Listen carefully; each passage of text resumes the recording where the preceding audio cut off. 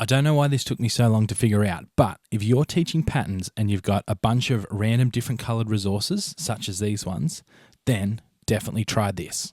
So what you're going to do is you're going to grab a random handful of some of the resources that you're going to use for patterns, and you're going to head on over to your photocopier, lift the lid, and then start to place them in some different patterns. So here I'm just doing a few basic ones like AB patterns, ABC patterns, a few AABB, and some various types. You can differentiate these patterns in any way you need so that every student in your room is going to at least have some challenge. If you want to get a really dark black to contrast with the background, I recommend putting a piece of paper over the top. And then in just a few minutes, you're going to have the perfect sheet to help students recreate and make patterns that are specifically and perfectly match the resources that you happen to have on hand. So for example, this one here, if I recreate this pattern over the top, goes green, blue, I can then keep going with this pattern and continue it until either I get to the end of my sheet or even beyond.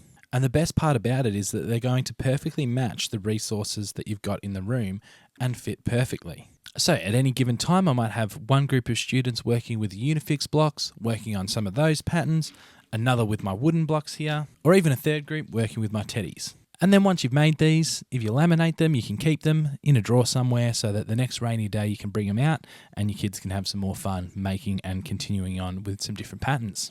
And so, in my opinion, this is kind of the perfect worksheet because all it is a way of structuring and anchoring what we're experiencing in the physical world, while at the same time acting as a really clear and achievable goal. Recreate and continue each of these patterns.